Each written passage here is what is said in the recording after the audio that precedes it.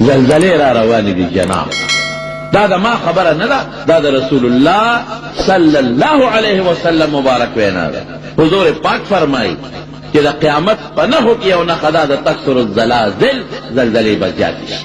او قرآن شریف دا آیت چې مې وی بعضې علما وی دا خو د قیامت دروازې هغه زلزله ده چې د قیامت په میدان کې به یو زلزله راشي.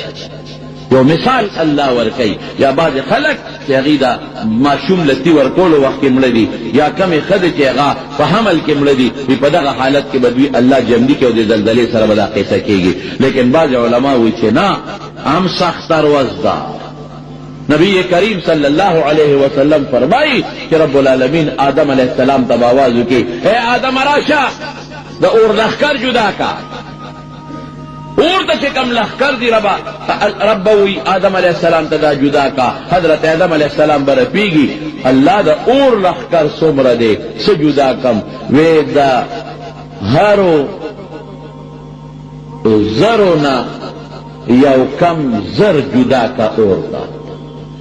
یو روایت کې داسې راځي، په بل روایت کې راځي چې په هرو لسو زرو کې یو جنت ته جدا کو، دا یو کم لس زره دوزخ ته جدا کا. اوهو صحابه په جلا شو، صحابه په جلا شو چې دا یو پکې بچ کېږي چې دا بلا څوکي. نبی کریم صلی الله علیه وسلم وی ما جاړه وی دا شمیر به خدای په یاجوج او په ماجوج پورا کوي، هغې کې به دا شمیر الله پورا کوي. او په مخکې قومونو چې زموږ نه مخکې کم خلک کافران تیر شوي دي، په هغوی به دا شمیر پورا کوي. او بیا نبی علیہ السلام وفرمایل وی د دې نور مخلوق په مقابله کې تاسو دومره یې لکه د یو سپین غوی په شا کې یو تور داغي. ډېر لوی مخلوق د ستاسو نه علاوه دا شمیر به خدای په هغې باندې پوره کوي. نو صحابه بیا څه ناڅه خوشحاله شو. هغه به هم زلزله راځي، غرض به راځي. او دې وخت کې بعضې علما وایي چې د دې آیت نه د قیامت په مخکې زلزله مراده ده.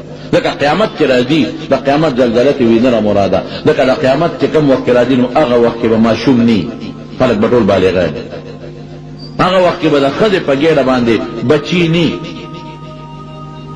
خدای به ټولې شنډې شوي وي، ماشومان به نه کېږي. او چې څومره خلک دي دا به بالغان د قیامت د راتلو وخت کې به نابالغه ني، ټول به بالغان وي. دا د قیامت نه مخکې دا خطرناکه زلزله ده. او یو حدیث پاک کې راځي، الله دې مونږ وساتي، وایي دغه زلزله چې کله راشي که نه، دا زلزله نو وایي د ښار دا خلک به دې بانډو ته منډې کړي، ځنګلونو ته به منډې کړي، او د ځنګل درندګان به ښارونو ته را منډې کړي.